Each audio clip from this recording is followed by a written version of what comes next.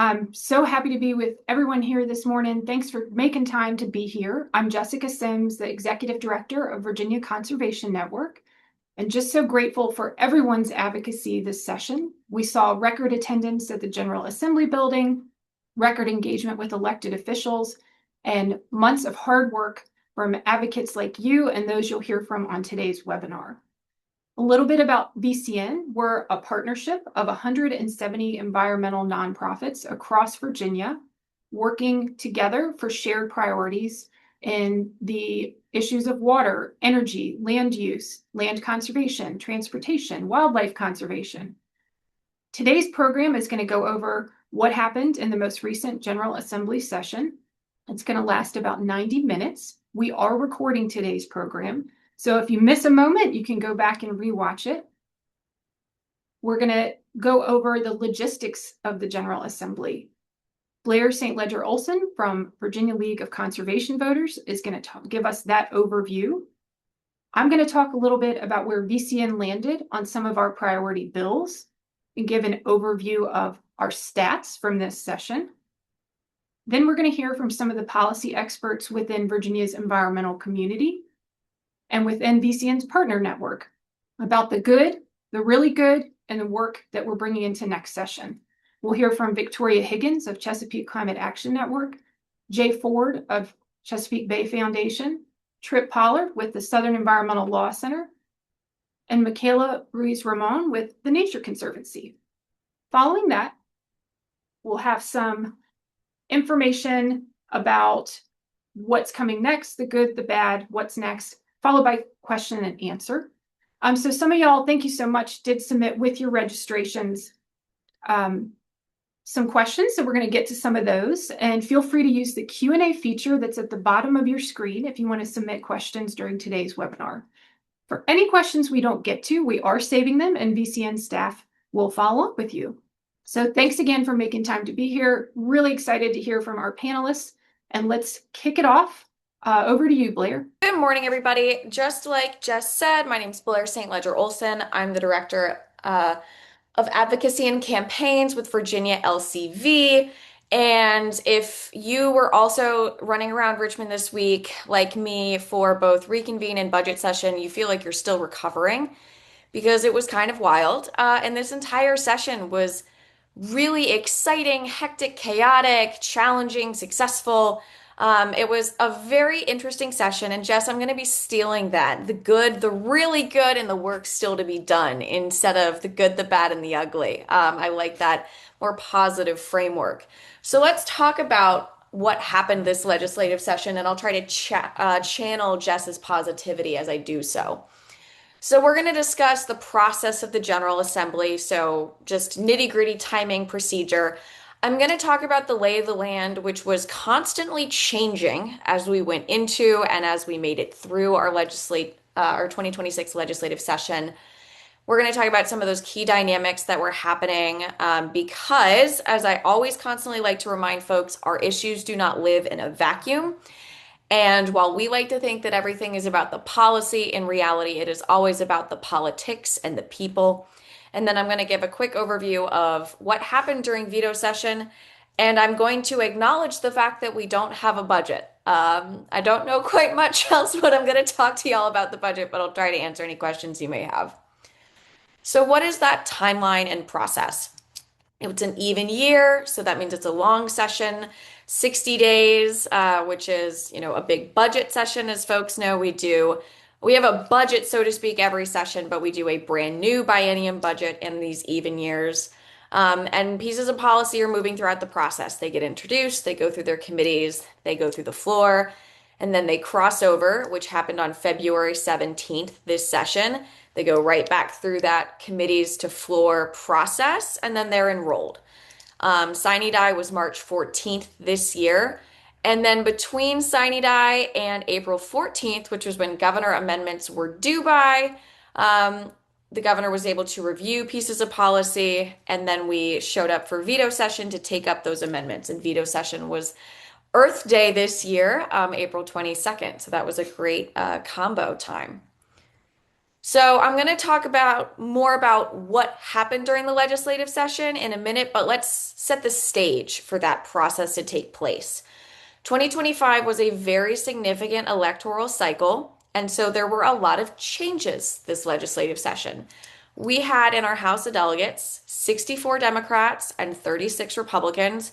We had the same Democratic leadership as we've had in the House, Speaker Don Scott, Majority Leader Charnel Herring, and Caucus Chair Kathy Tran.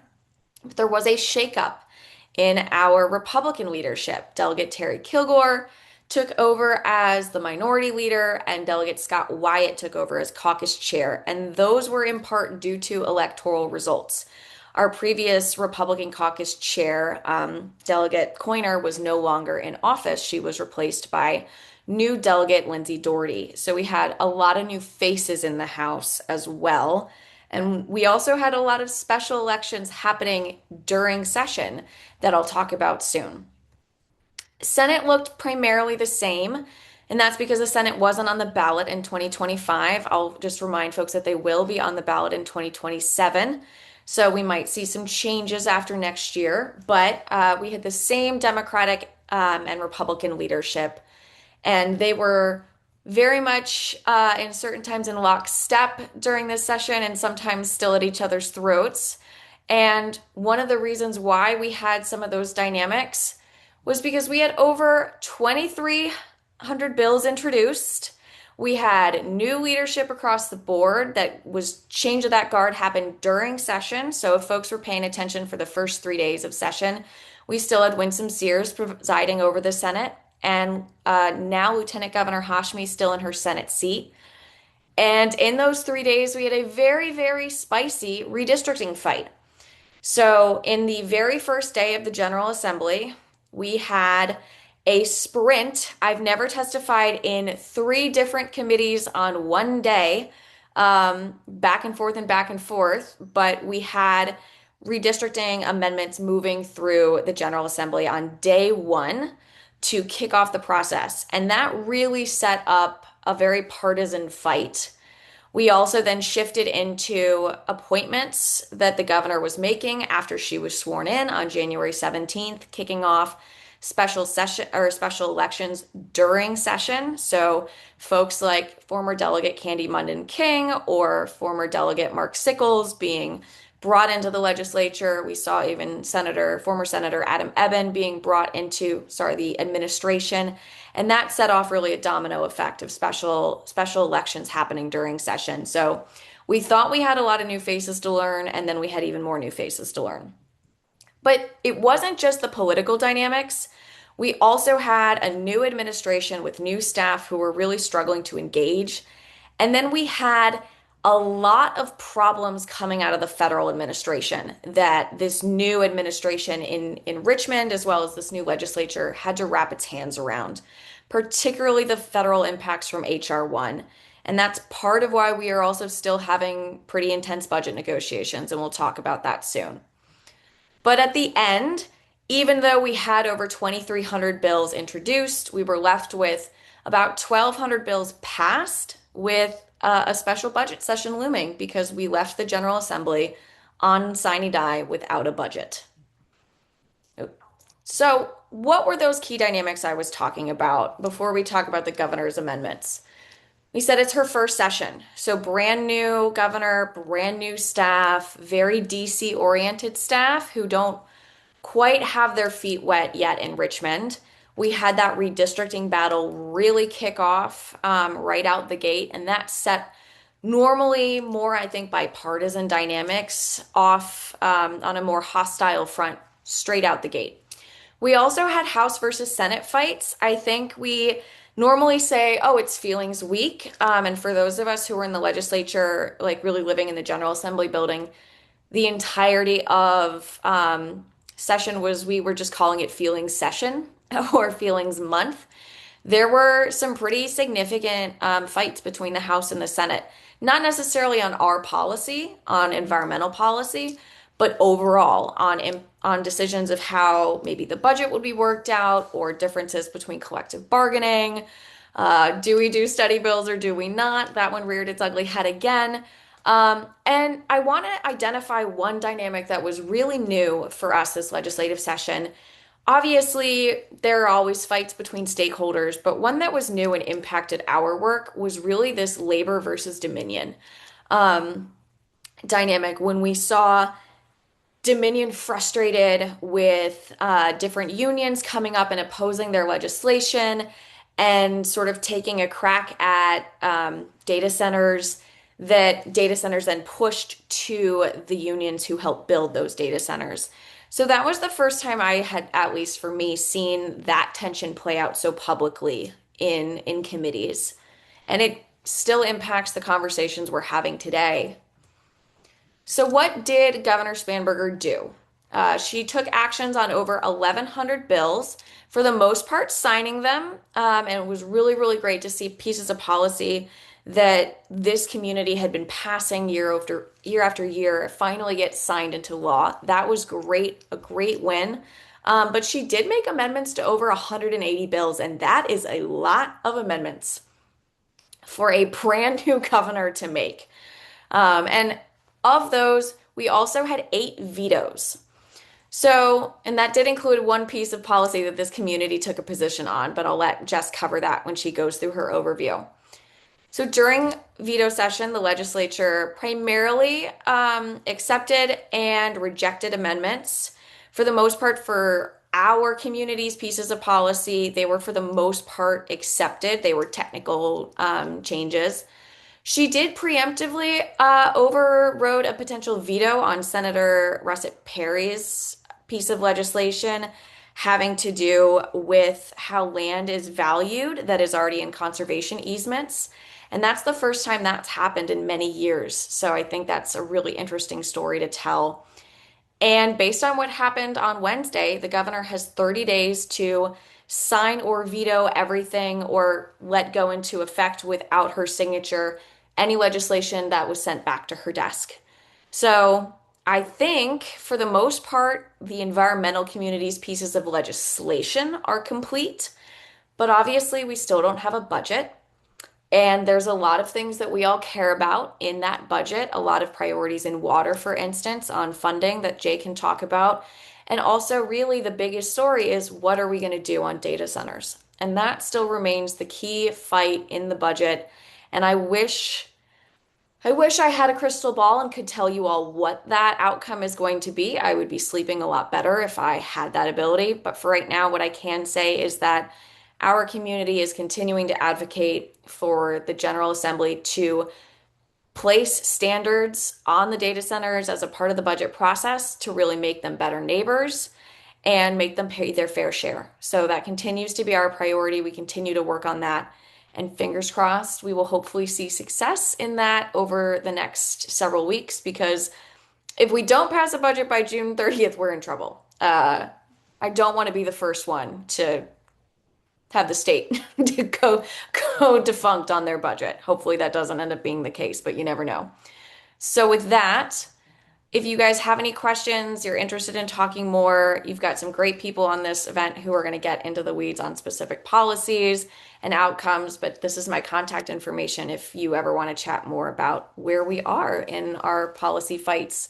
So with that, Jess, I'm going to hand it back to you and stop sharing my screen.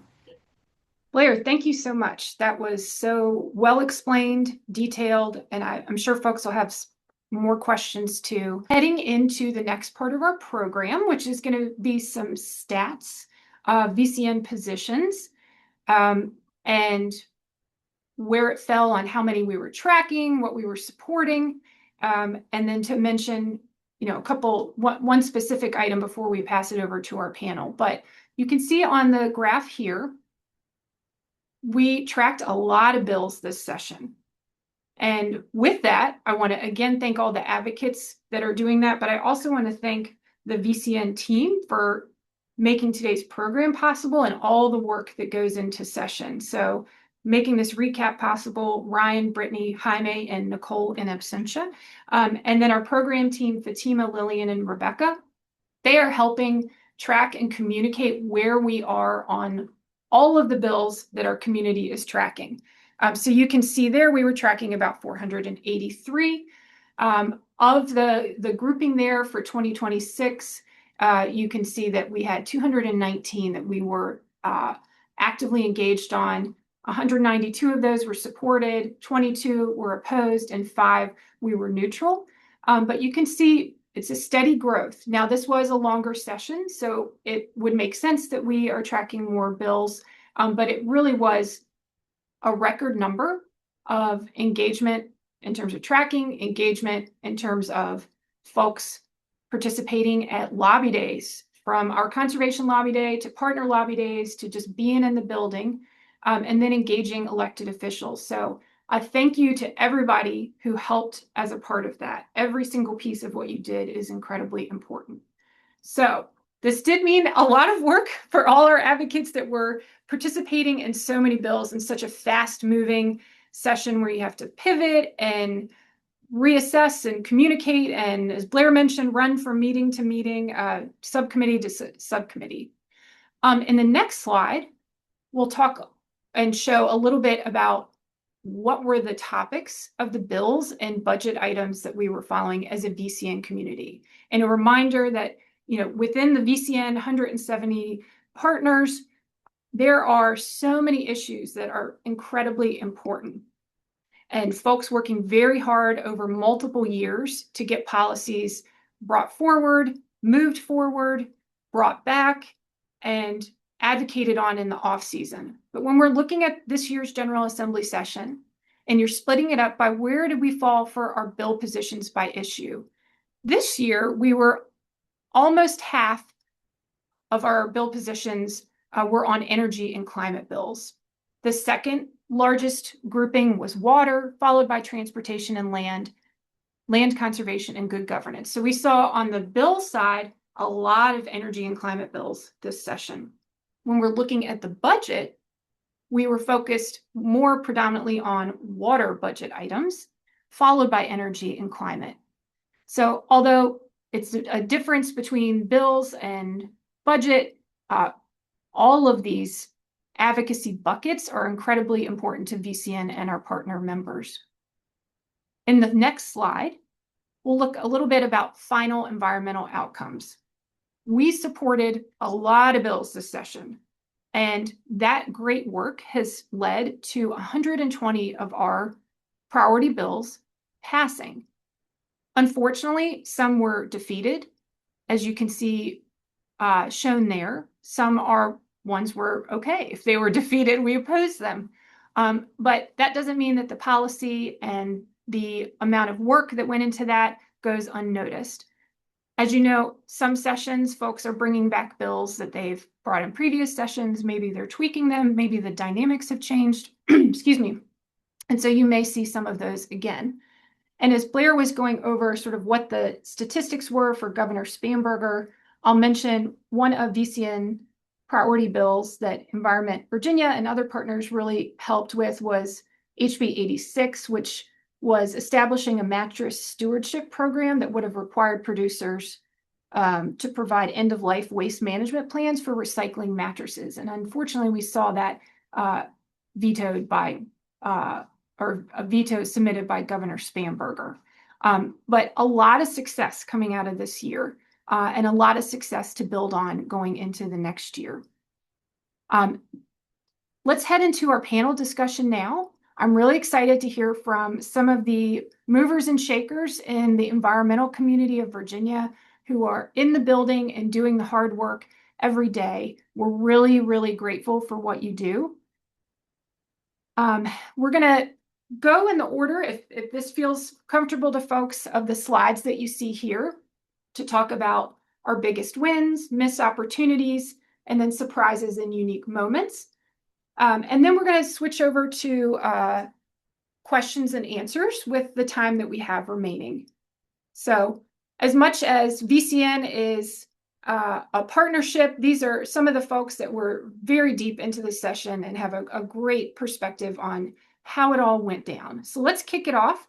Vic, if I can put it to you to talk about what are some of the biggest wins coming out of the energy side of things this year? Thanks, Jess. And yeah, I like going first so I can say data centers for all of these before anybody else. I'm actually not going to say that on this one, though. We more or less knew it was going to happen, so I think the impact of this has been a little understated, but we're back in the Regional Greenhouse Gas Initiative, and that is huge for the general wellness and stability of the Earth and its people. This was probably the most important thing we could do. We're capping pollution from power plants and lowering that cap every year. We hope and expect the board to adopt updated regulations that accelerate decarbonization further. And it doesn't hurt that there's hundreds of millions of dollars for desperately needed dollars for flood resilience and low income energy efficient housing. Um, I'll also just say, we did overall very well on clean energy this year. So the other item that I'll highlight is the Affordable Clean Energy Package. There's 5 bills in that, all of which are hugely important. But particularly, I want to highlight the battery storage expansion piece of that. We've escalated our short duration battery storage goals to 16 gigawatts, which is otherwise known as a heck of a lot, and established a new 4 gigawatt long duration energy storage goal, which my understanding is that's the first of its kind in the country. So that's so important because it's going to figure into the integrated resource plan that Dominion offers the commission, the most recent of which famously had 6 or 7 gas plants in it. So whether or not, we'll get into data centers, whether or not we slow down sort of demand growth, we're going to need immense amounts of battery storage to efficiently electrify the economy. So that's a big deal, Bill. Vic, thanks so much for that overview. Glad to hear about those successes. And yeah, I think data centers just will be the word of the day. Jay, I'd like to pass it to you, please. Sure. Happy Friday, everyone, and excited to join you. This has been a really big session on a number of fronts in the water space. Um, when I think a couple of different bins come to mind. The first is in the resilience space. We saw a lot of legislation really focused on turning around this negative trend on wetlands loss in Virginia. We've been trending the wrong direction for many years, and we had a number of legislators step up to the plate with potential solutions. So we saw legislation this year move that will help identify lands where wetlands can migrate in the future so we can target them for protection and acquisition. We saw legislation tighten up our code on the concept of no net loss of wetlands. And what that essentially means is that if you impact a wetland, you will replace that. One for one, no loss. And that was something that was missing in our tidal wetlands code. And thanks to Delegate Hernandez, we've closed that loophole. Additionally, we saw really big movement on a key climate resilience tool, which is beneficial reuse of what's known as dredge material. So that's when they're out digging out the bottoms of creeks and rivers and canals to try and make them navigable. That material historically has been taken out into the ocean and just dumped overboard. Or in some cases, it's been taken up to the north of the bay and dumped on sleeping blue crabs over the winter time, both of which are a complete waste of what is in many cases a valuable natural resource. And so legislation moved and was signed this year to create a process and make it the state's policy to reuse that material when possible, which opens up all kinds of options for us in terms of dealing with sea level rise, helping our subaquatic vegetation beds, our underwater grasses, helping our marshes keep pace with sea level rise. So that's going to be a really important tool moving forward. Also, on the defense front, we had an effort to roll back the styrofoam ban, and luckily that was really soundly rejected by the legislature, which sent a strong message that we are not going backwards and that the state is starting to take our waste streams much more seriously than they have in past sessions. And then I think in some ways, one of the most comprehensive suite of legislation was on the issue of forever chemicals or PFAS. We saw multiple bills move on this front. Legislation to allow localities to do their own testing so they know what's coming into their communities. legislation that would require big industrial users to start collecting data so we know we can start pinpointing the sources where these chemicals are coming from. And then legislation that puts restrictions on what we can do with biosolids that are full of PFAS and making sure they're not going out into our communities. And creating public health and marine harms. I think a really important through line on all of this PFAS legislation is more data. Virginia has been woefully behind in sort of capturing where PFAS is coming from, where it's going, and how much we have out there. And all three of these pieces of legislation help us start to build that data set so we can come back with more uh, surgical solutions to keep ratcheting down the ability for PFAS to make its way out into the environment. And in many ways, that legislation, I don't think we expected all of it to move.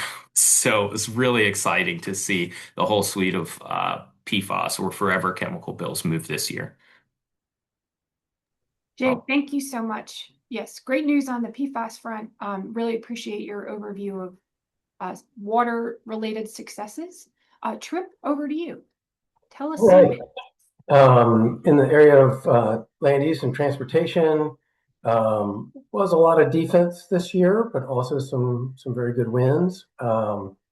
Example of some of the defense we played, which won't know fully until the budget's finalized, but it's looking good for protecting Virginia's smart scale process for setting transportation funding priorities by stopping earmarks that were proposed for specific road projects, and also for adding some guardrails to what I call the Governor's Transportation Slush Fund. It's a fund for roads, largely for economic development projects. And we'll see in the final budget, but I think we're going to get some additional guardrails on that. One of the other things played some defense and were successful and was stopping a bill that would have significantly limited the legal standing for communities and individuals to challenge local land use decisions in court, such as permits for data centers and industrial facilities, and we were able to defeat that bill. In terms of some positive areas, area got a lot of attention this session was promotion of more affordable housing. And we worked to advance that goal while also promoting location efficiency and other smart growth principles. Some of the bills that passed included one on faith in housing that will give some more opportunities for by right development by religious organizations on property they own, as well as some bills increasing local authority to advance inclusionary zoning ordinances that have an affordability component, and also increased housing on smaller lots. So there were a number of things within that affordable housing zoning land use space. And then also briefly mention at least a version passed on the inclusion of an environmental justice strategy, as well as consideration of social determinants of health in local comprehensive plans. So some real progress and things to build on in the future, and issues that are always occurring in land use and transportation, but we really made a lot of progress this session and stopped a number of the bad bills. Trip, thanks for sharing about that good news and good work. Great to hear about the environmental justice portions of those bills. And Mikaela, I'll put it to you now for the next grouping of good word on bills.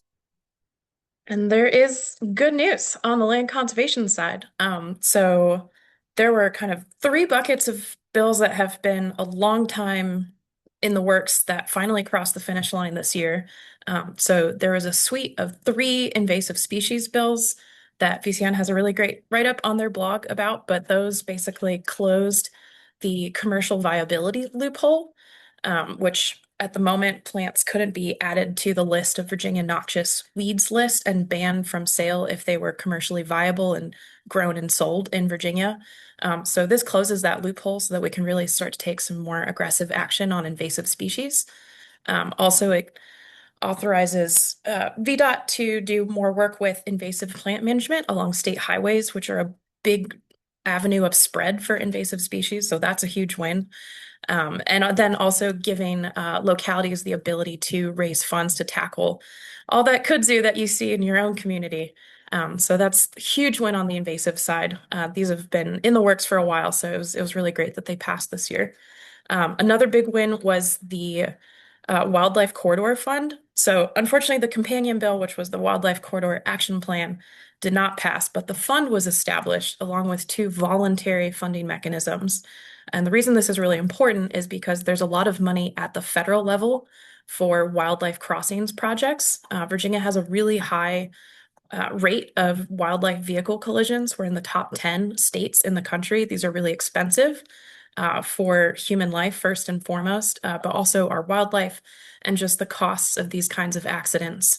And so being able to have this fund with money coming in through these voluntary donation mechanisms kind of creates this pool of funding that can be used to match these larger federal grants for projects like wildlife crossings, whether that is directional fencing, overpasses, underpasses, these kinds of projects that help save people as they're driving down our roads, but also our wildlife. And then the last bill that I want to highlight is a little bit wonkier, but it is very important. So when you have a conservation easement, there is a requirement for a public body to co-hold that easement, that legal protection of the conservation values of a particular piece of land. And this started with trying with good intentions of making sure that when we are protecting land, we're doing so in a permanent way, and the terms of that easement are being enforced. Over time, a lot of our land trusts have become accredited by the Land Trust Alliance. They meet a really high threshold of legal and fiscal responsibility and doing great work monitoring those easements. So this requirement is no longer really necessary, and it's holding us back on the pace of conservation that we're able to do in Virginia. So the bill that passed, it allows the Virginia Land Conservation Foundation Board, which is the board that oversees one of Virginia's key conservation grant programs, to waive that requirement for a public body co-hold for accredited land trust. So we're not lowering the threshold that needs to be met to protect land permanently, but we're making it easier to do so by giving the board that option to waive the requirement. So that's going to be really important, in particular for protecting working farmland, because those are easements where a lot of times localities don't always have the ability to be that public co-hold partner. And the Virginia Outdoors Foundation, which holds a lot of easements, this just takes some stuff off their plate so that we can just have a faster pace of conservation. So, like I said, it's a little bit of a wonkier bill, but it is also a really important development for protecting land. Mikaela, so great to hear about these land protections, wildlife protections. Thank you so much. Okay, we're going to switch gears a little bit, but we're doing positive framing. So, missed opportunities. That's what we're talking about now. And let's go in the same order that we had previously. So, Vic. All right, now I get to talk about data centers. Data centers. So, poll after poll show that, well beyond the people on this Zoom, well beyond the advocates, the greenies, the people of Virginia just overwhelmingly do not like data centers. Overwhelmingly, they think the consequences outweigh the benefits. And those who have theoretically benefited the most, so talking about Loudoun County, where most of these are right now, say by a margin of 2-1 that data centers have made life worse. So with respect to the good work that of many here that supported the few bills that did pass, from an energy perspective, the General Assembly did not pass any bills that address primary power, so including behind the meter gas plants, these sort of makeshift gas plants. Sometimes they're repurposed jet engines that they are plopping down next to a facility. The approval process. So right now we're continuing to allow localities to make decisions that have a material effect on statewide energy bills, on the state's natural resources, on our ability to meet our legislatively mandated climate commitments. There was a bill passed on diesel backup, and it's a step forward in that it requires more efficient diesel generators going forward. But efficiently run diesel generators are still diesel generators, and running 600 efficiently is not too much better than running 300 inefficiently. So the case is definitely not closed on that issue. And then, getting out of my bag, but there was also just not enough progress at all on water, noise, other community impacts. Um, so this is a huge missed policy opportunity. As we know, there's still an ongoing conversation on this in the state budget process. So hopeful and determined that something will come out of there. But I'd be remiss to say, again, pending what happens with the budget, it's a major missed political opportunity. This is a sort of a move your feet or lose your seat issue for a lot of swing districts, and it'll be a defining campaign issue for anyone who aspires to higher office, which there are many in our legislature. So short answer, data centers, not nearly enough. Vic, thank you so much. Jay, let's hear from you next. Yeah, sure. So we talked about all the great things that happened on PFAS. One of our missed opportunities was one that we really view as a public health um, issue, and that's that we know PFAS are making their way into groundwater. There have been many decades of land application in some instances. We also know that anywhere there are government facilities, we generally find hotspots for PFAS and firefighting, training centers, and airports. And so we have these hotspots.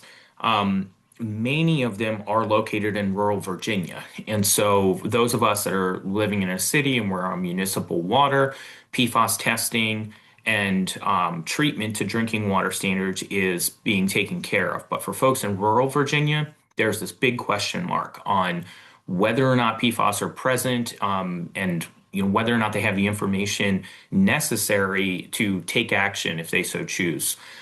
There's been legislation for a couple of years now that would set up PFAS well testing for in these rural communities and set up a program where folks could have their well water tested.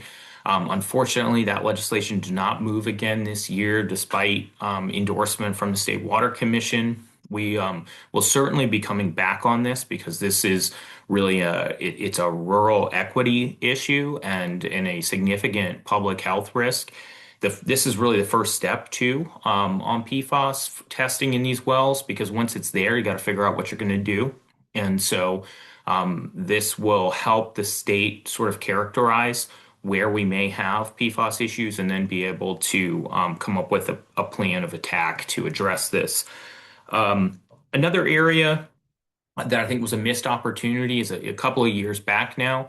We had budget language to create what was known as pay for outcomes. This was an innovative new water quality program that turns our traditional models of clean water investment on their head by allowing practitioners to profit off of the amount of nutrients they reduce. And so really creating a market incentive to innovate and come up with solutions to help accelerate our bay cleanup in much quicker and with a higher rate of return on limited tax dollars. And this program was way overprescribed. There was originally 20 million in there. They received almost 120 million in great application concepts. The program has been very successful, and so there was legislation this year to try and move that from a trial into a permanent program. Unfortunately, that legislation did not make it out of House Appropriations after passing the Senate. And so we'll be coming back on that next year. I think there's broad recognition that that's the direction that clean water needs to go, where we're making sure we're judiciously using state tax dollars to get the biggest bang for our buck on those. And so we'll certainly be talking about that next year. Another broad category I just want to briefly mention is fisheries. Fisheries really suffers from a long-term trend where representation from communities that depend on fisheries has just dropped off a cliff. In the past, it was really commonplace for the Virginia legislature to have a deep understanding of fisheries issues. Now there are really less than a handful of folks that have firsthand knowledge of how the Virginia's fisheries function. And as a result of that, it makes it really difficult to move legislation because misinformation can really run rampant.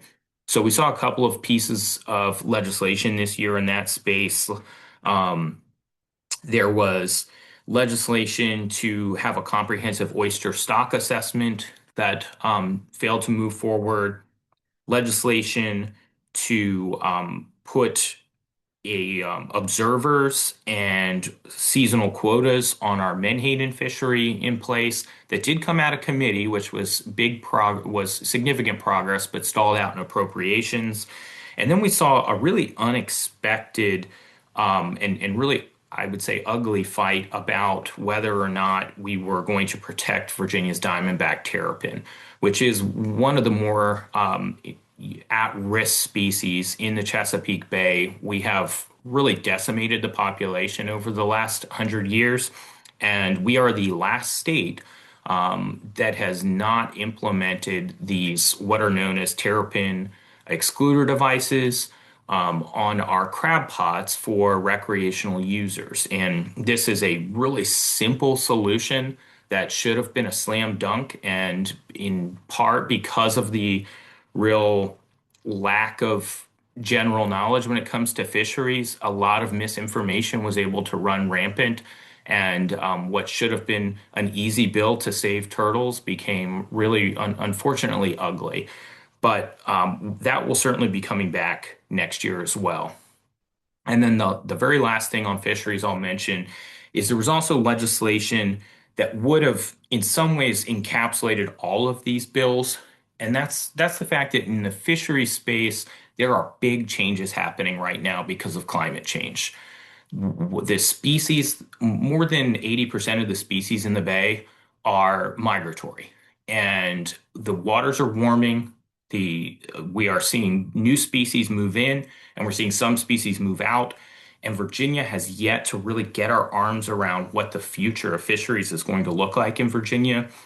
Delegate Alex Askew had a great piece of legislation that would require the state to develop a comprehensive climate fisheries plan that really starts to think through some of these questions of what our fisheries will look like and what the impacts will be from climate change.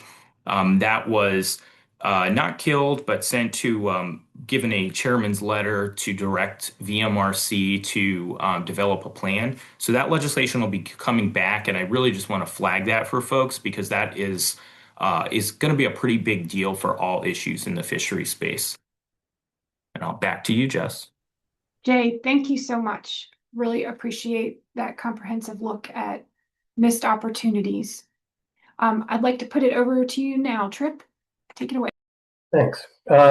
So in terms of biggest missed opportunities in transportation land use, I would say the biggest is not fully missed yet because we don't have a budget yet, but very concerned there will not be adequate transit funding.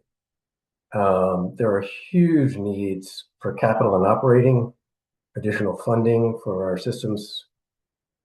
Largest need, and what's gotten the most publicity, is the metro system. Not surprisingly, it would need more since it's by far the largest. But it's really a statewide issue due to increased costs from inflation, provision of healthcare and other benefits, and tariffs and other factors.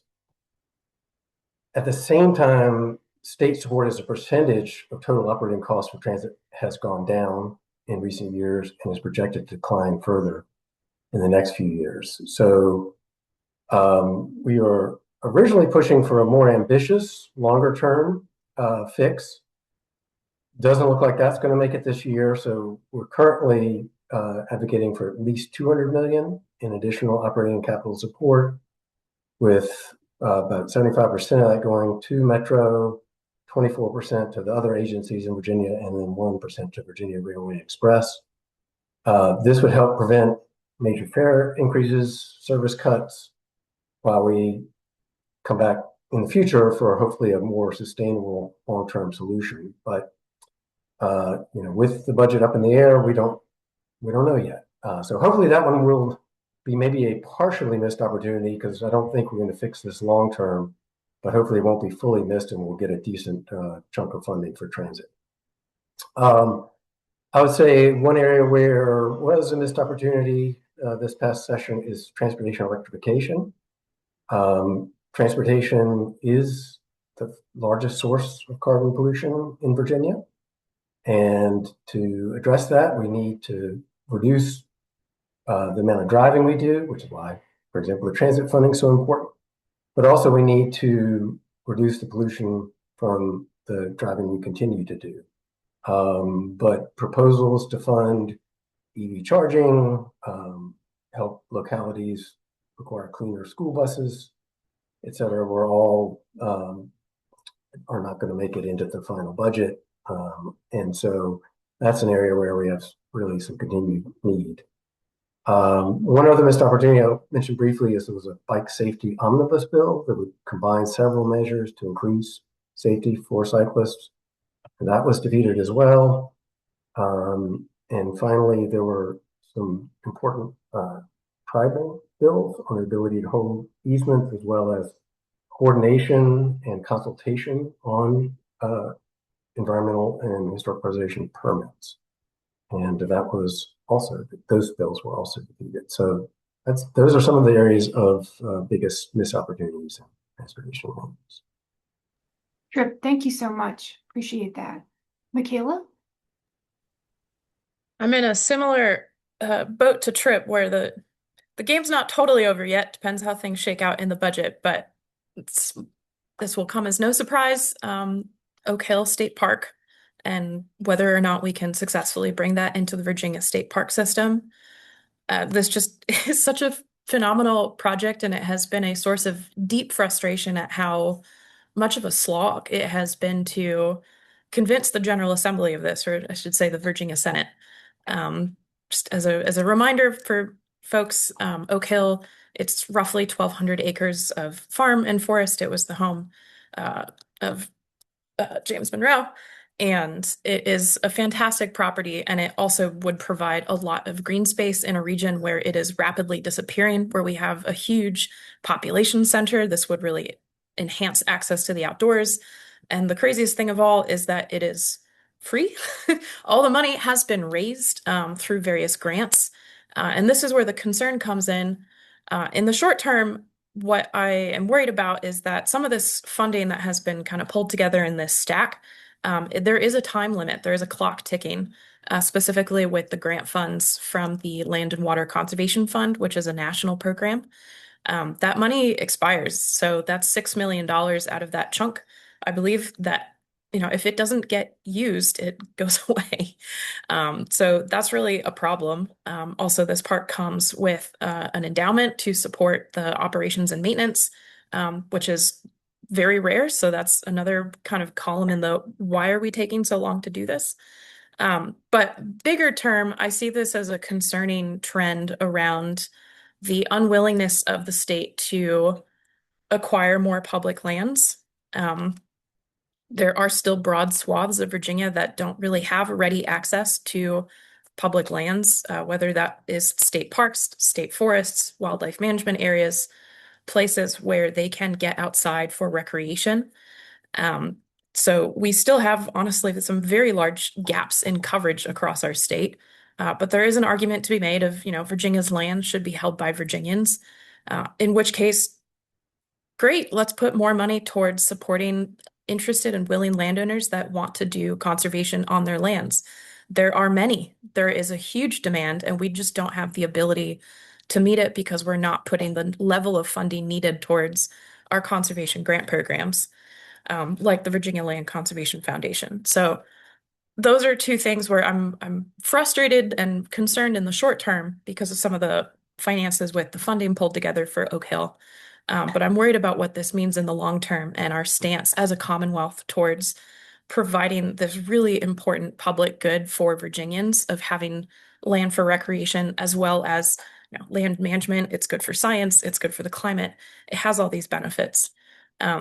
As is my want, I'll also flag one other wonky thing that I'm tracking that I'm a little bit worried about. So our natural resource agencies have are really starting to feel a pinch. They're being asked to do more and more areas of work with either the same or fewer people, and they have positions that are unfilled. And this has been a long-term trend, but it's really starting to reach that point where, they are having to cut down on bodies of work. So particularly the Department of Wildlife Resources um, is in this position. They're not a general fund agency, which means they don't receive appropriations from the state.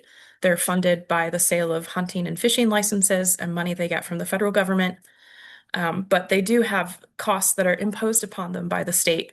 All the different employee salary increases that have been included in various budgets, as well as costs for technology and things like that. So they're being squeezed. Their revenues aren't growing, but their costs are. So there was a budget amendment from Delegate Bloxham in this year that would have addressed one small piece of this puzzle, which is the watercraft sales and use tax. Um, Basically, what the amendment would have done is said whatever money is collected through this tax, it should go to the Department of Wildlife Resources, which was the intention when this tax was established. But as it is, any of the funding that is basically over what was projected gets kind of rolled into the big bucket of excess money that Virginia collected. So in terms of dollar amounts, it's really not very much. It's less than $1 million in that excess revenue. But for an agency like DWR, every bit counts. And that's also money that comes back to Virginians. That's money that they use for boat ramps, boating access, like wildlife management activities and enforcement. So that's also something I'm concerned about. There's one other budget amendment that is in the mix that hopefully will come through to give DWR a little bit of breathing room while they figure out some longer term solutions.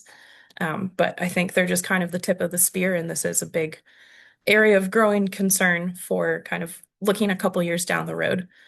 We need to make sure that our natural resource agencies that do so much work are well equipped and well staffed to be able to continue that. Mikaela, thank you so much for that information and for including Oak Hill. We're getting some questions in about that one that we'll try and address during our Q&A. Encouraging folks to keep putting questions into the chat. If we don't get to them or into the Q&A feature, we will follow up with answers. Our next kind of round robin is, y'all, any surprises, unexpected, or unique moments that you'd like to share? Vic, do any come to mind?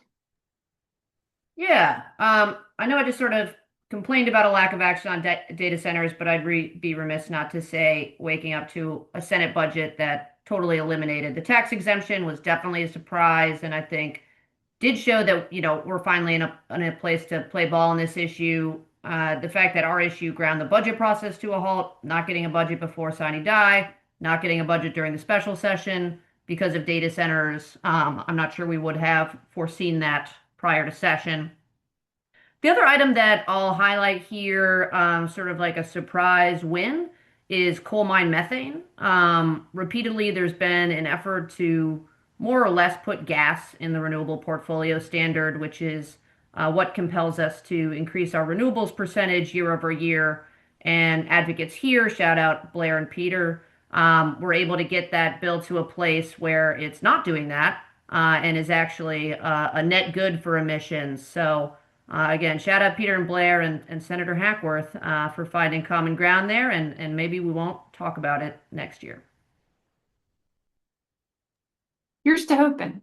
Thank you, Vic. Jay, over to you. Yeah, and surprises, a couple come to mind. I think I'll start with data centers since we just talked about data centers.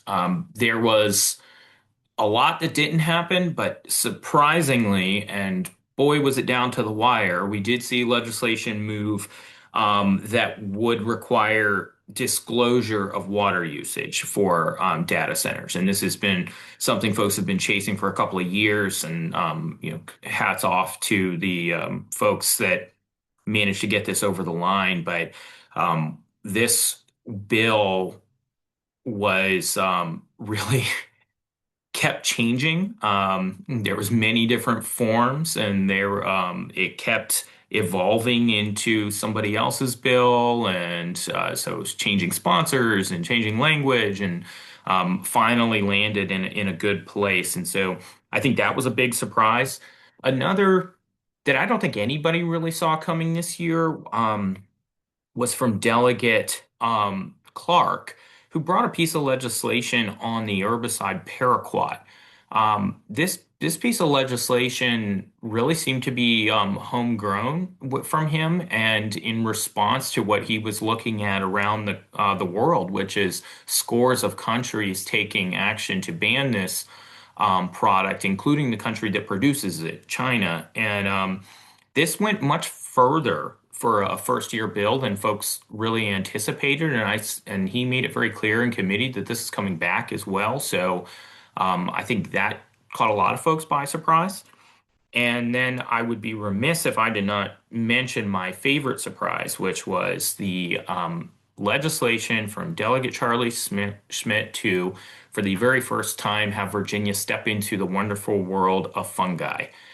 This has been a long time coming. This is an entire kingdom of life that Virginia has never really dug in on, um, either classifying or protecting or taking advantage of the many benefits that fungi offer, both water quality, soil health, as well as things like carbon sequestration in our fight, in our climate change fight.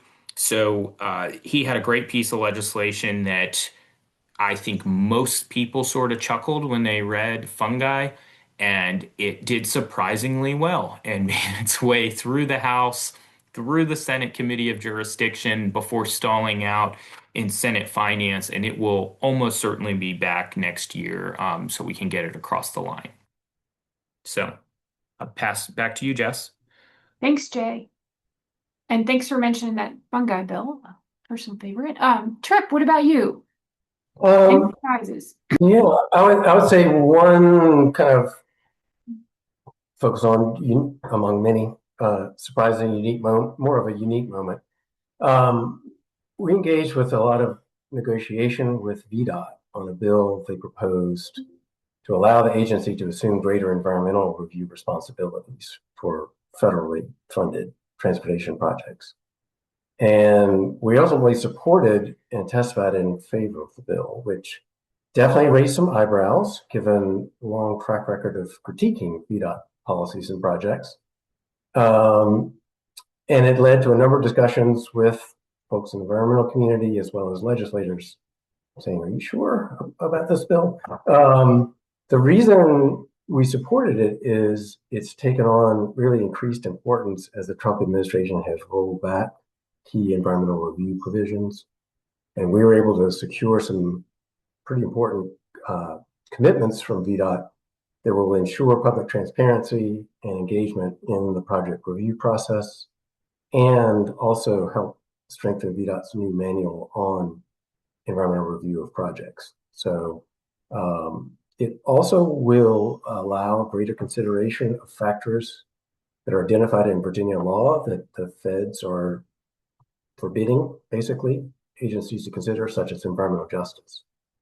So it was somewhat unique and unusual for me to be standing up testifying in support of giving VDOT more authority over environmental review, but and it's not an ideal bill, but overall it's I think very positive, and it's something we'll definitely be working with the administration on implementation of, and something to definitely watch this space in the future.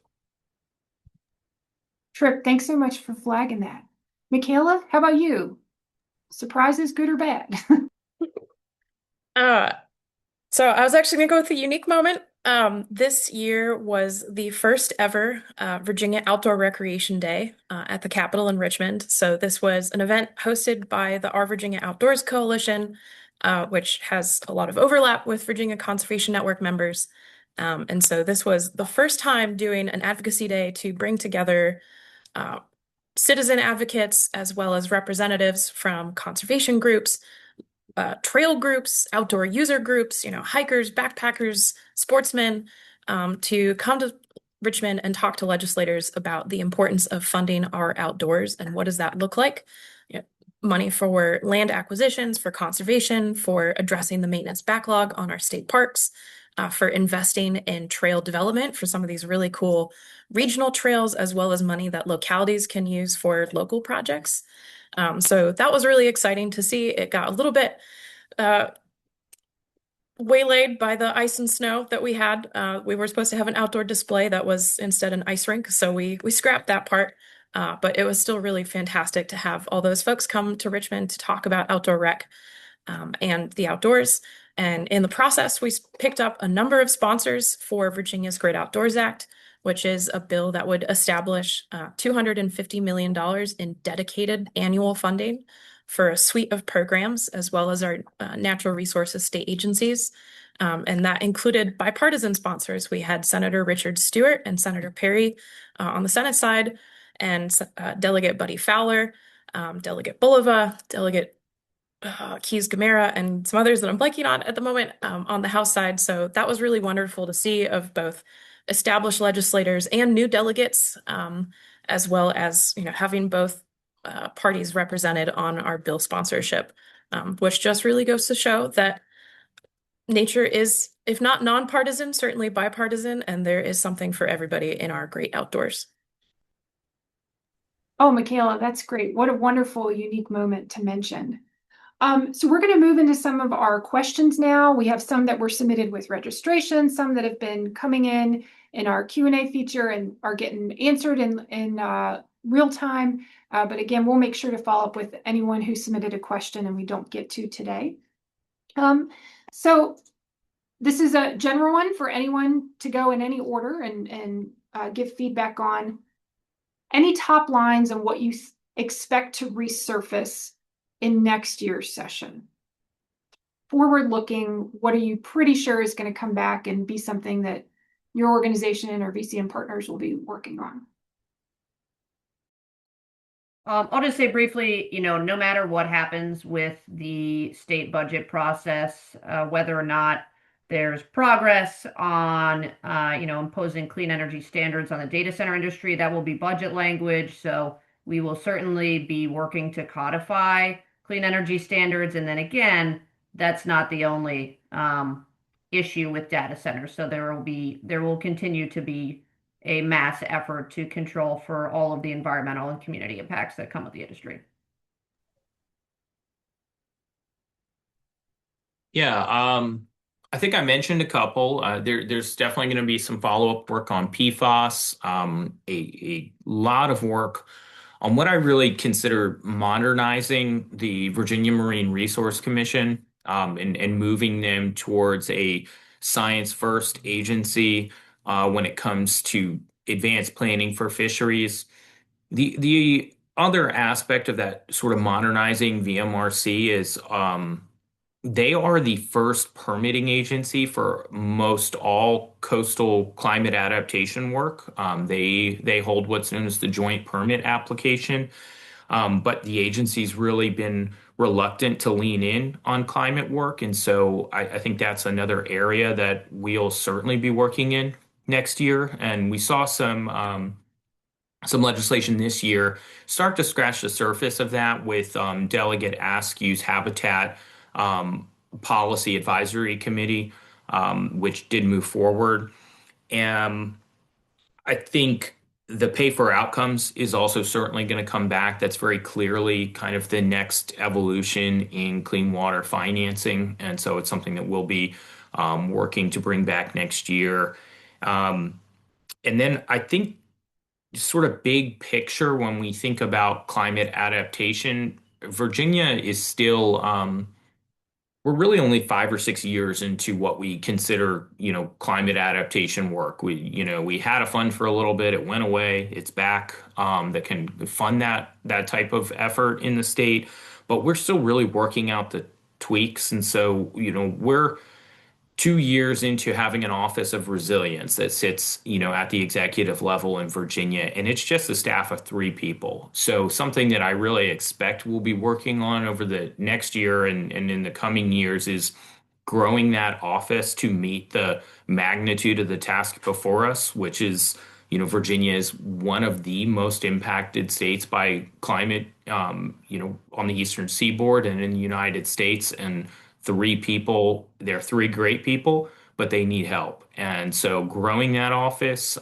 clarifying its responsibilities, and working across government to sort of break down silos to make sure we're coming up with a comprehensive climate adaptation plan for the state is going to be a top issue in the next couple of sessions. Jay, thanks so much. Trip? I would say just some of the items that come back. It depends on what happens this session as the form it takes, but I think we'll see further discussion of transit funding and other transportation funding continuing next session, as well as some bills on transportation electrification, both funding and legislation. I could not cover everything that passed this session. Someone noted in the chat there were a couple of transportation electrification bills that passed this session. We did a lot of work on those, and yes, it's absolutely some progress was made in that area, but we got a long way to go. And I think we'll also see more bills on definitely on affordable housing and land use. And then finally, we may or may not see that standing bill again, but I saw two questions in the Q&A. I thought maybe I could quickly address those. One asked about the bill number. It was HB 447. And then it was not a data center specific bill. It would limit community and individuals' ability to challenge local land use decisions of any type. So I just gave an example of data center permits. It was not data center specific. So just to clarify that, and you may or may not see that one again next year.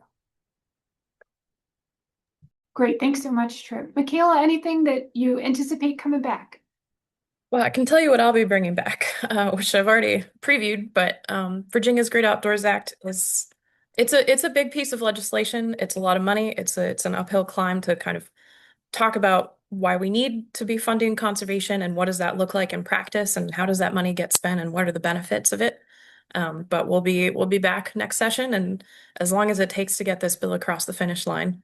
And then the other piece, as I kind of alluded to, is this agency funding. So another component with Department of Wildlife Resources is it's called HB 38 money, which is an incredibly unmemorable title. But essentially the amount of money that they get from the federal government is tied to sales of licenses. And so, yeah, sorry. I got two bills mixed in my head. HB 38 is it's a portion of the sales tax revenue that is collected on the sale of equipment related to outdoor recreation activities. So hunting, wildlife watching, you go to an outdoor retailer and you get a pair of binoculars. A portion of the sales tax is supposed to go to the agency. They have not been getting the amount that they are supposed to according to what's in Virginia statute. So that'll be an effort to fix that problem, as well as figure out some creative solutions for how we increase the amount of licensees in Virginia so that we can get a bigger portion of federal dollars that are matched to that number of license sales. Great, thank you so much, Mikaela. The next question is for all of our panelists, including Blair. This kind of relates to some of the things you laid out in your presentation, but do y'all have reflections on navigating a new administration, new legislators, bodies that maybe had different priorities, meaning the House and the Senate? But any reflections on this year's processes as it relates to new legislators or navigating a new administration? Yeah, I think folks on here are going to have maybe additional thoughts, but high level, what I try to remember as I go into any legislative session, not just this one, is that the legislature introduces thousands of bills. Our priorities are absolutely our top priorities, but they have to balance a lot of priorities, and our issues do not live in a vacuum. And our issues are not always top of mind for the lawmakers. There's, particularly after HR 1, for instance, issues surrounding equitable access to health care. The housing crisis is a real crisis, but it needs to not be just considered a housing crisis. We should not just be building more houses everywhere. We need to be building environmentally sustainable and affordable housing for people. But that's just something I try to remember as I look at new members who are coming in who just campaigned on issues, existing members who have their priorities, and a new administration that's really dealing with very significant issues that they have to prioritize, whether or not that's access to healthcare, or that's growing inflation rates, or that's really significant issues being driven by changes at the federal level. There are a lot of priorities, and we are all human, and sometimes we have to remind ourselves that our lawmakers are human too. And so they have a lot going on, and we have to do our best to advocate for our priorities while taking a broader look at the entire puzzle, the entire chessboard, so to speak, and making sure we're acknowledging that difficult tension that very much exists. I'll build off of what Blair said. Something that I try to keep in mind and that I really center in my work is that one, we have a lot of new legislators that have, particularly in the House of Delegates, that have been in office for 4 years or less. It's about half of the chamber, I think. But they come from all sorts of backgrounds. They're smart individuals that ran for office because there was some issue in their community that they cared about, and that's why they're there. Most of them do not come from an environmental background. A lot of our issues are very technical. They're very science-based. And so a huge part of the work is really breaking it down, sometimes to some very fundamental concepts. And that's just part of the work, but it's important, particularly starting out with, a new administration, a very new chamber in terms of legislative experience, but also just familiarity with these issues. All the acronyms are we're comfortable with them. We've been working on this for years or talking about this. This is very near and dear to our hearts. But for them, like Blair said, this is one issue among many. And also, it's an issue that they probably don't have much familiarity with in terms of the actual details that it takes to pass legislation. And, they're trying to be good stewards. They want to pass good bills and understand what those bills are doing and be very careful. And so education is something that we always say, but I think it's more important than ever considering how many new folks we have in both the governor's office, governor's mansion, and the General Assembly.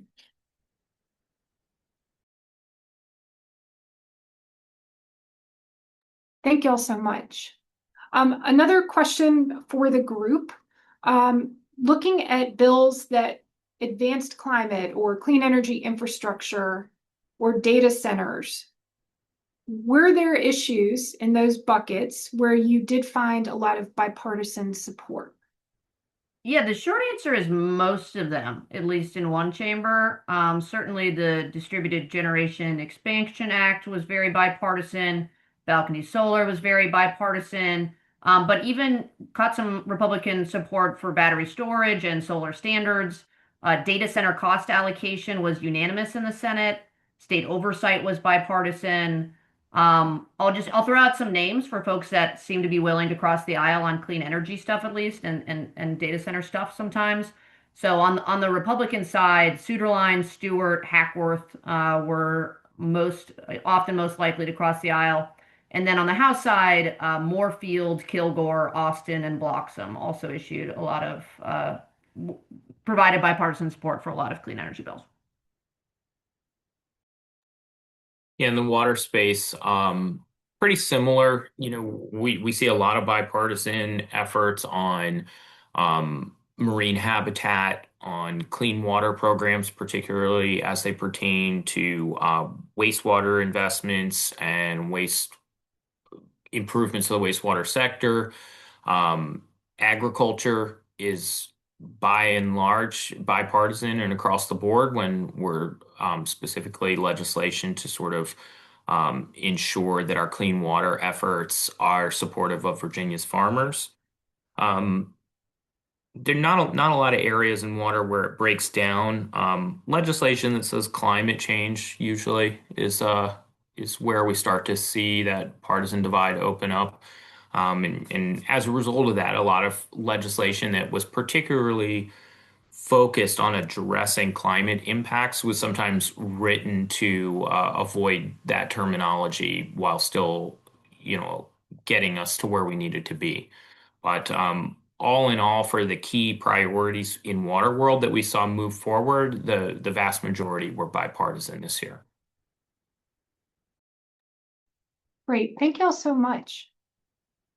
Let's dive in a little more specifically. And let's actually start with a water question for you, Jay. What progress was made this year or not on microplastics, and what do the next steps look like? Yeah, unfortunately, it's not. While we were having the conversation specifically to biosolids and PFAS, there was a suggestion early on in some drafts, and we had worked with a couple of sponsors to try and champion this issue that when we're looking at municipal wastewater systems, the reason, the same logic that drives that bioaggregation of PFAS in biosolids occurs for microplastics. And so we thought if we're going to start looking at this material for biosolids, why not also capture what's happening in microplastics? And I think the reality is that it was too much to bite off at one time. You bring in, additional opposition once you move from just PFAS to PFAS in the entire fossil fuel industry. So you have to, be more strategic. And so we'll certainly be coming back on this. There's a lot of really good research happening right now around the state in the plastic space that I think is going to help drive the support amongst legislators to take this issue up. There's also, I think everyone is aware, really alarming headlines. Like every other month, they find it in a different part of your body, and some of them are deeply uncomfortable parts. And so I think there's a lot of interest in tackling this issue, but the legislature knows, and this is on all environmental issues. If you know you have a huge issue out there, there's a lot of reluctance at the front end to pull back the curtain until there is a viable solution on the table. And I think that is really the awkward phase we are in right now with microplastics is we know we're going to find not great news when we walk down this path on all kinds of fronts in our food system, public health implications, aggregations in soils, generally making its way into our ecosystems. But we don't have a really good solution yet, and that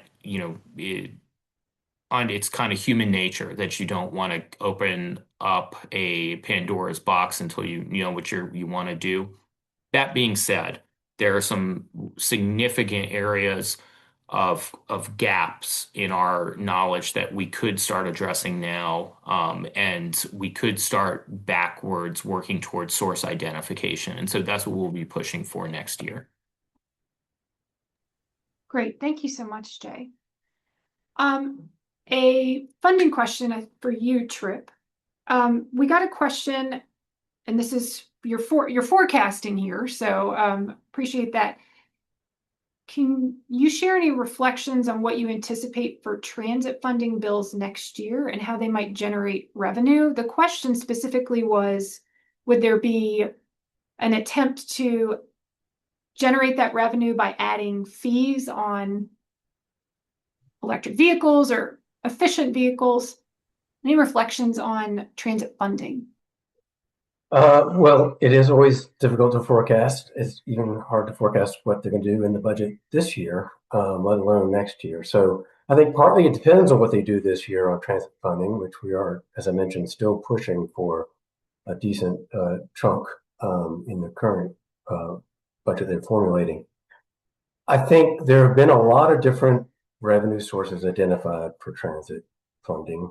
I think that's part of what has caused the challenge in reaching agreement this session is the hesitance to impose new taxes. And I think it's very likely, looking ahead to next session, there will be additional effort. I do not think it would be an EV tax or fees is where they would go. Virginia already has an EV and hybrid fee. It's actually one of the better ones in the country because it is pegged at being less than the equivalent amount the gas tax of the fossil fuel vehicle pays.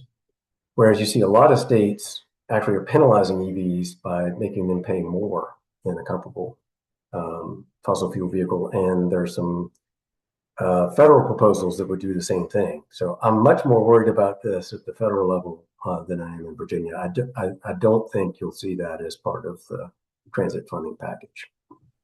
Trip, thanks so much. A question about a popular bill, the balcony solar bill. How soon can we all make it happen for ourselves? The bill has a delayed enactment to January 1st, which you can blame Dominion for. So January 1st is when you can plug one in without an interconnection agreement. Great, thank you. And another question, the Affordable Clean Energy Package. Can you talk a little bit about the bills in that and what kind of impact that might have for communities? Positive impact. Vic, do you want to take it or do you want me to take it? Take a stab and I'll fill in if I. Okay, awesome. So our Affordable Clean Energy Package was made up with several pieces of legislation, and we tried to both mirror framing that occurred along the election trail. So you'll notice we called it not just a clean energy package, and in previous years we have had the community access to renewable energy package. We had the CARE Act, for instance. This year we really tried to lean into the governor's framing, what was talked about on the campaign trail, and the governor's own affordable energy package, which included some of the bills in ours. So our package was the Distributed Generation Expansion Act, so the DG bill that Vic talked about, expanding the amount of small scale solar that we see that makes up a part of our clean energy goals. The battery storage bill, which was really first of the kind, and is the not just expanded our short duration battery storage targets in the Clean Economy Act, but actually put the first long duration storage targets that we've had in Virginia law. So that's a really big push, and is to help mitigate how much potential gas, new fossil fuel, new methane gas expansion that the Commonwealth is looking at as a part of data centers. We also wanted to make sure that if we are expanding things like rooftop solar, that we're having consumer protections around those. I'm originally from Charlottesville, lived there for about a decade, and can't not mention Segura Solar as a company that turned out to have some problems with it where consumers were left holding the bag. And so we wanted to make sure we were policing ourselves, essentially, so that consumer protections bill to make sure that folks who went solar, who put solar on their homes, are adequately protected. That was an important piece of the puzzle. And then also making it easier to put solar on your homes. So our smart rooftop permitting bill, which was carried by Delegate Hernandez, HB 590, and Senator Surivel, I don't remember the bill number offhand, I'm sorry, was to help localities go faster. So there are some localities who just simply don't have the staff to go out to every home and review these permits. And so making sure that people had quicker access. The state can set up a permitting process, or if they've gone through certain steps, it can be an auto approval so that people aren't waiting 45 days, which was some of the average timelines, to have their rooftop solar approved. And then, like Vic said, we had the awesome balcony solar bill. So, Vic, did I miss any of the bills that were in that package? No, all I'll say is that the DG Expansion Act also eliminated the floor for power purchase agreements. A power purchase agreement is basically an agreement between a customer and a company that owns the rooftop solar panels and constructs them, so that you don't have to pay upfront for the cost of the solar panels. Instead, you enter into a contract to pay for the electricity, usually at a discounted rate compared to what you would pay Dominion or EPCO or whomever. So basically, it's a zero upfront cost financing tool that should allow more people to access rooftop solar, since that upfront cost can be high. Um, the only other piece is, on the balcony solar bill, something that's unique to the Virginia bill that I hope is copied elsewhere and may already be at this point, is that it included some tenant protections as well to make sure landlords basically can't tell you that you can't use them. And then, in the future, in terms of building off this package, CCAN definitely is going to be advocating for a grant program for low-income Virginians to buy plug-in solar panels because there is still, while they're lower cost than a rooftop system, there's definitely still a barrier to access that we'll want to address. Great. Thanks y'all so much. We've got a couple moments left in the program, so I want to put what might be a final question to you, Mikaela. A lot of the work you described in advocacy was about getting out into the world and experiencing it and treasuring those special natural places. So we're in the off season, other than the budget not yet being resolved. Okay, so yeah, some air quotes there from Blair. What recommendations do you have for people to do in the off season to support the policies that we're looking at each session and to advance this in the interim before next year? I will reiterate my call for education, but specifically, I think what that looks like, depending on if you're a conservation organization, and I think particularly if you have a newly elected official that kind of overlaps with where you work, setting a meeting with them so that they know who you are, what you work on, ideally get them out to see a project that you've done, a restoration or an educational event or something so that they can see your work in action to really start understanding the connections. And I think for both organizations, but also members of the public, to reach out to those legislators and start indicating what you want to see them work on, where you hope they will take action, the things that you were, disappointed that they let it slide by for another year, or the area where you think it's really important that we take some urgent action to address issue X. It's important for them to hear from constituents in the off season too, particularly when, your voice comes through a little bit louder. There's slightly fewer emails in the inbox. You can actually get a couple minutes, either with slightly fewer, either, on the phone or stopping by their office if it's accessible to you. So education, but specifically, who you are, what you work on, what you want to see them work on. Mikaela, thanks so much. Jay? Yeah, I think Kayla nailed it. I would just add or build on it a little bit to say, during the summertime, this is their downtime too.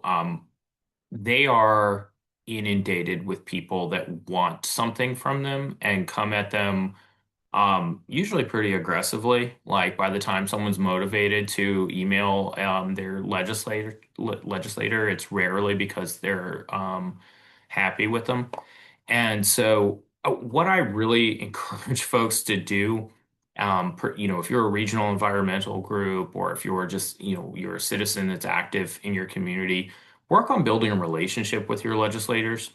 9 times out of 10, if they have a piece of legislation in the conservation and environmental space that that wasn't directly brought to them by a group, it is because someone that they know and care about brought the issue up to them. It is not because they got a form email from someone in their district. And so, you know, I think this was mentioned by Blair earlier that like these are real people. They respond to real relationships. And, if you want to see meaningful change in this space, I encourage you to treat them as not just sort of like the public servant, but someone you want to get to know and that you're grateful to them to be part of your community. And, the asks come later and more natural, but build a relationship with them. Jay, thanks so much for that reflection, and Mikaela for your advice. We've reached the end of today's program, and I just want to say how grateful I am to each of our panelists for what you contributed during session and today. Thank you so much to all of the attendees for your questions and advocacy this year. We will follow up with answers that weren't questions that weren't answered. But thank you to everyone who played any part in session, and especially those working so hard in the building. We have a lot of opportunity for impactful change in Virginia, and grateful to each of you for helping in that process. You'll receive some follow-up materials from VCN, but thanks everybody for taking time to be here today. Take care.